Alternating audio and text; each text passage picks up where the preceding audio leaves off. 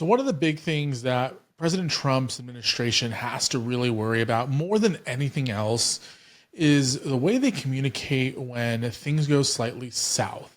For example, this week there was a huge snafu with the app Signal and the Trump administration, where something that is kind of common practice now in the federal government is using an encrypted chat site like Signal to communicate with interagency departments.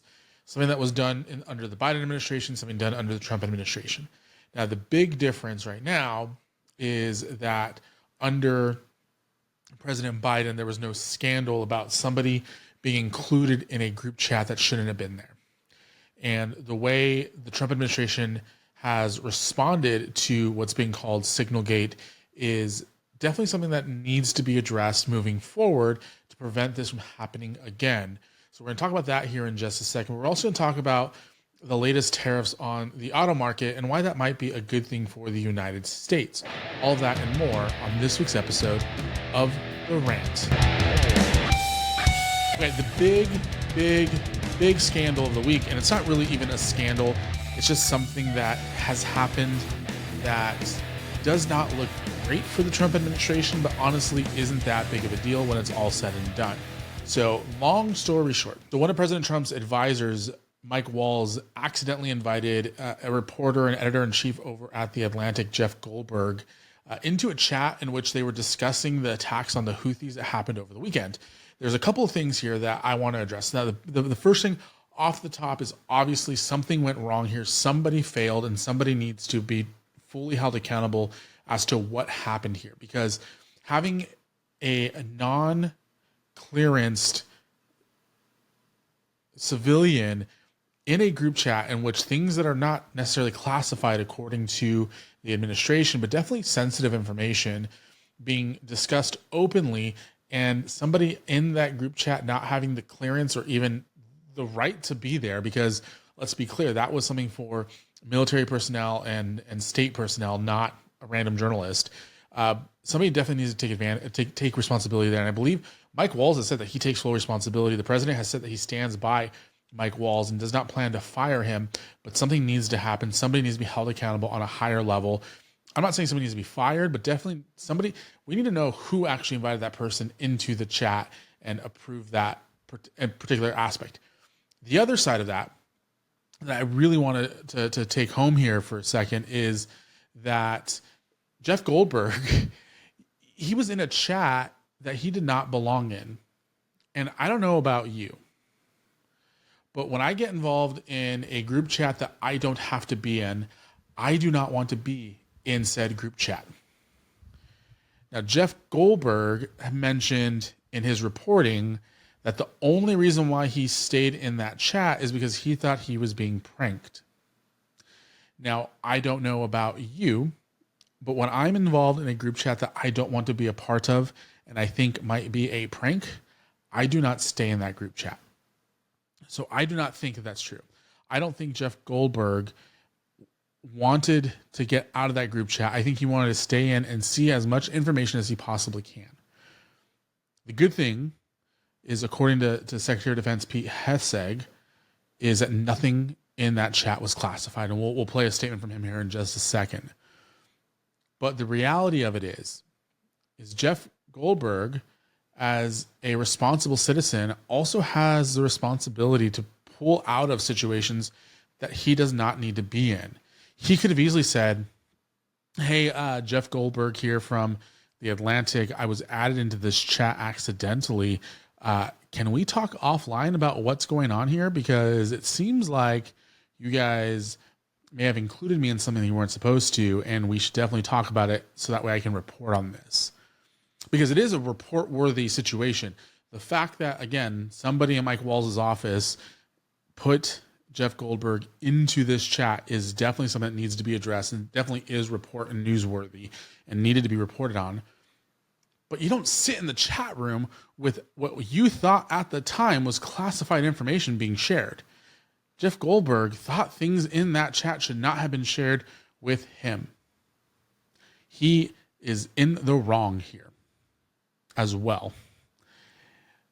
two people can be in the wrong at the exact same time for two separate things. Now, Pete Hegseth and the White House have come out and said that nothing that was shared in that chat was confidential, which is a good thing. We all know President Trump doesn't have the best track record of handling things that may be considered confidential and classified. But there's nothing here to worry about on that front. The big thing that everyone needs to worry about is how Jeff Goldberg got into that chat. And I look forward to there being some sort of investigation. Tulsi Gabbard, who is overseeing the one of the intelligence agencies, has said that she plans to investigate this, or there is an investigation undergoing that. Axios is reporting that a federal judge tells the Trump administration that the Signal chat records must be preserved. The federal judge hearing the lawsuit over the Trump administration's Signal chat scandal, which again, it's not really a scandal. This isn't a scandal. This is just embarrassing. It's dumb. Set a Monday deadline for the government to explain how it will preserve the vanishing messages in question in the app. So the way that Signal works is that after a set time, Signal automatically deletes those messages. Now, my understanding is that Jeff Goldberg has a copy of those chats, so Jeff Goldberg could easily hand over those screenshots. U.S. District Judge James Boasberg ordered every agency with members who participated in the chat to preserve the message exchange between March 11th and March 15th.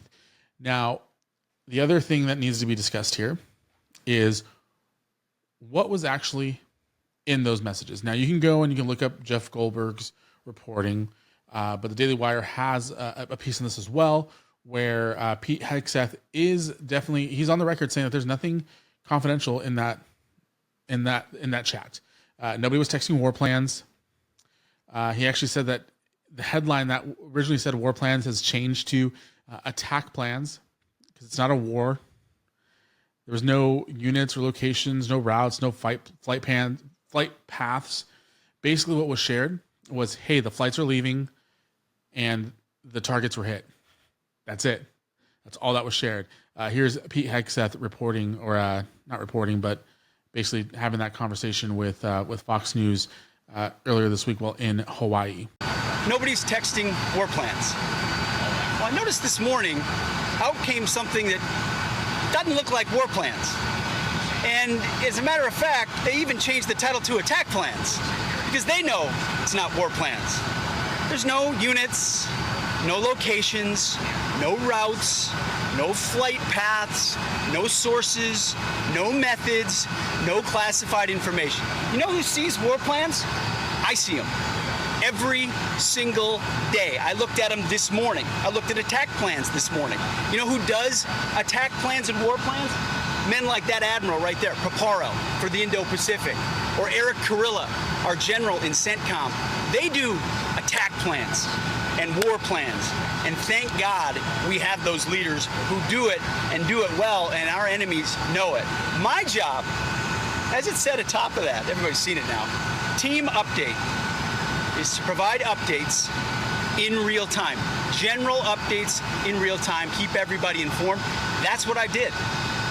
That's my job. The war fighters will take the fight to the enemy, and I love what they do. And with President Trump's leadership, our enemies are on notice. We will have peace through strength, and we'll keep putting our troops first. Thank you very much. We're heading off strike plans before they launched. Mr. Secretary. So yeah, he makes a great point here. I mean, his job isn't to be a strategist in the Defense Department. He is coordinating, updating people's plans, making sure that people know what's going on when, and also interfacing with the boots on the ground and boots in training, and getting people into that pipeline to be able to defend the United States at any given chance. So I think at the end of the day, the Democrats are trying to make this worse than Watergate, like worse than the Afghanistan pullout that President Biden got us. And actually, somebody even said that this was worse than that. And honestly, this is just a stupid mistake. And the reason why I said that the Trump administration needs to be able to handle this in a certain way is because there's already, Donald Trump, being who he is, already has the entire world working against him. And so when stupid things like this happen, it's going to be easier to point and blame and try to find reasons to try to remove him from office. And he needs to run a super tight ship, super focused ship, which for the most part he's done in the last 8 or 9 weeks that he's been in office. He's done a great job at that. He's done a great job of being very focused and very direct. So I do not think that this is actually a scandal. Like people are calling it a scandal. It's not a scandal. It is a misstep at best. And other things that people are considering missteps are President Trump's tariff policies. So President Trump did announce some new tariffs on the automakers. And I'm about to pull that info up right now, where basically he wants to use as many, he wants to have as many of the cars out in the United States to be made and built here in the United States. And so he is putting a 25% tariff, according to the AP, on cars that are being imported. President Donald Trump said that he's placing a 25% tariffs on auto imports, a move the White House claims would foster domestic manufacturing, but would also put financial squeeze on automakers that depend on global supply chains. This will continue to spur growth. Trump told reporters on Wednesdays, will effectively be charging a 25% tariff. And so the hard part about this is even a lot of cars are ultimately put together here in the United States, but parts come from Japan, Mexico, Canada. Parts of them will be assembled in other countries and then imported here. And so it's adding more and more to the bottom line of the car. What Trump is hoping that this will do is it will get people to start buying American-made cars. And this is a pretty big move for Trump to be able to try to get manufacturing jobs back into the United States. Now, one of the big things that Trump promised was to bring manufacturing back to the United States. And this is one step in being able to do that, because now Ford might say, hey, you know what? It might be time for us to open a plant back up in Michigan or up in Indiana and start building these vehicles back here in the United States and try to find well-sourced and inexpensive parts that we can develop and build here in the United States to avoid this 25% tariff. The hard part right now is that in the immediate future, in the immediate next couple of months to year, as the big companies start to pivot on this, is it's going to make things harder for people who just want to buy an inexpensive car. And so that might give a little bit of a boost to like the used car market or private sale of vehicles, because cars that were purchased before this tariff goes into effect obviously isn't going to pay that extra tariff, the extra tax on top of it. Shares in General Motor tumbled roughly 7% on Thursday. Ford stock fell 4%, while shares in Stellantis, which owns Jeep and Chrysler, dropped about 1.25%. But the stock prices of electric car maker Tesla and Rivian were up. So I believe both those cars are pretty much 100% made in the United States, to my understanding of this. So I'm generally curious to see how this is actually going to play into effect. I wonder, because the one thing that the Trump administration does really well with tariffs is they use it as a way to say, hey, you know what, this is what we are going to do unless you give us X, Y, and Z. So I'm wondering if there is an actual compromise that can be made by the big manufacturing companies to be able, or even some of the foreign importers, to be able to make this a very short-term, short-lived tariff on vehicles. I don't see this being something that I don't see this being something that's going to stick around longer than a deal being made, because that's what President Trump wants to do. He wants to make a deal. He wants to make this an easy deal for the United States. He wants to make it a big deal for the United States, which is nice. And that's actually something that I think is big. I think if President Trump is able to get a deal done with the automakers and get more investment, like Hyundai, which is a Japanese or Korean car manufacturer, has announced that they are opening a plant here in the United States. They're going to hire 8,500 people to work in this plant. So that is a good first step.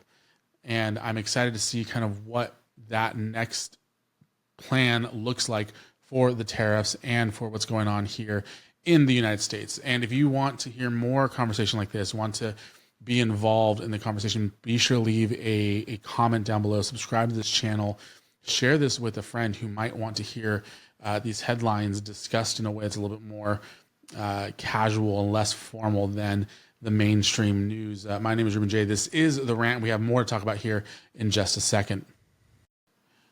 So last week we talked about X, Twitter, Elon Musk being worth $45 billion again after the company was purchased by Musk in 2023.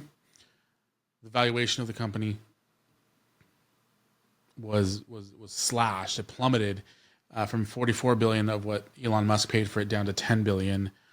And then last week it was announced that X is now valued at $44 billion again. And actually probably for the first time, Elon Musk paid a premium on the social media platform. Well, what I want to talk about this week is the ongoing attacks against Elon Musk and realistically the ongoing attack on Tesla. Tesla stock is way down. Tesla is struggling because Elon Musk, people don't like that Elon Musk is meddling in the government and with Doge. And the left, radical left protesters have gone out and have begun to vandalize Tesla and Tesla vehicles and Tesla dealerships. And it's a scary time to be a Tesla driver. I was having a conversation with a friend of mine over the weekend. We went out for dinner and we were talking about how Benny Johnson over at the Benny Show is giving out Teslas, left and right. I think he's giving out 3 different Teslas. All you have to do is subscribe to him. And so if you are somebody who likes Benny Johnson and you haven't subscribed to his YouTube channel, go over and subscribe to him. You just might win a Tesla. And I was talking to my friend and my wife and I was like, man, it'd be nice. If we want a Tesla, that'd be great. Like I wouldn't mind owning a Tesla. If I didn't have to pay for it, I would love to have a Tesla. And my friend, who is no fan of Elon Musk, but also thinks it's stupid that people are destroying Teslas, says, well, right now is a scary time to own a Tesla. And she's right. She's right because Teslas are being literally set on fire. There is countless videos and photos of people vandalizing Tesla vehicles. There's multiple people charged with arson at Tesla dealerships and setting these places on fire and realistically causing some very, very, very dangerous situations. And it wasn't that long ago that Tesla was considered a liberal company. It wasn't that long ago that owning a Tesla was a status symbol and a way to brag that you were down with the environmentalists. Wasn't that long ago that owning Tesla stock made you wealthy and made you cool and made you popular. And now the way to be cool and popular and to be considered as part of the hip team is to go after Tesla, is to short the stock. It's to be Tim Walz, former vice presidential candidate Tim Walz, cheering on as Tesla stock tumbles down 200 and something points, while your own people, your teachers, your firefighters, your police officers, people that work in city governments and state governments in Minnesota, their retirements are directly tied to Tesla. You're cheering for your own people to lose money because you don't like Elon Musk. You don't like what Elon Musk is doing. You don't think that what Elon Musk is doing benefits Tesla. And you can think that. You can think that Elon Musk should resign from Tesla immediately and focus on what he's doing, or be completely, I don't want him anywhere near Doge. I hope he goes back to Tesla. You can dislike Elon Musk. I'm not telling you that you shouldn't like Elon Musk. But what I'm saying is when you're the governor of a state where a ton of your state employees are invested in Tesla because of your pension plans, it is irresponsible for you to be cheering on as Tesla fails. Now, is it also the counter of that is you have President Trump purchasing a Tesla from Elon Musk at the White House in front of press. Is that a good thing? I don't think so. I think that shows conflict of interest. But I think what we can all agree on, if you are a level-headed person, is that if you own a Tesla, you do not need to worry or should not worry about whether or not your car is going to be damaged while you run into the store. If you own a Tesla, I don't think that you should have to wonder if you're going to come back and find your car on fire. If you're a Tesla employee and you're literally showing up to work, working your butt off, selling Teslas, you shouldn't have to worry about a lunatic coming to your work with fire bombs and just literally setting your workplace on fire. Elon Musk is confused about it as well. Elon Musk says that Tesla is a peaceful company that has made great cars, great products. That's all it's done. Tesla's a peaceful company. People are committing violence against Tesla. Molotov cocktails are being thrown at cars. I mean, it is sad what is happening here. Not only is it sad, but you also have people who are hardcore environmentalists setting on fire vehicles that burn nothing but really bad emissions. It's really bad for the environment to burn Teslas. Maybe you should think twice before you start setting things on fire. Maybe because you just don't like a guy, maybe you don't set things on fire. Maybe you just let the guy do his thing because he'll be done in a year or so.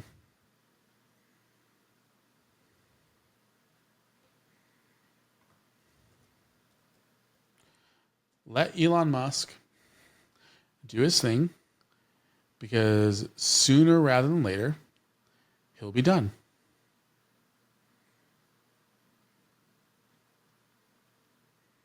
It's not that hard. It's not that hard. Honestly, it's not that hard. Just let Tesla be Tesla. Let Elon Musk be Elon Musk. The great nightmare that you think you're living through will be over soon. Stop setting stuff on fire. It's funny because, you have people who are claiming that Republicans and conservatives are these snowflakes who can't handle, Dylan Mulvaney being on a Bud Light can without complaining.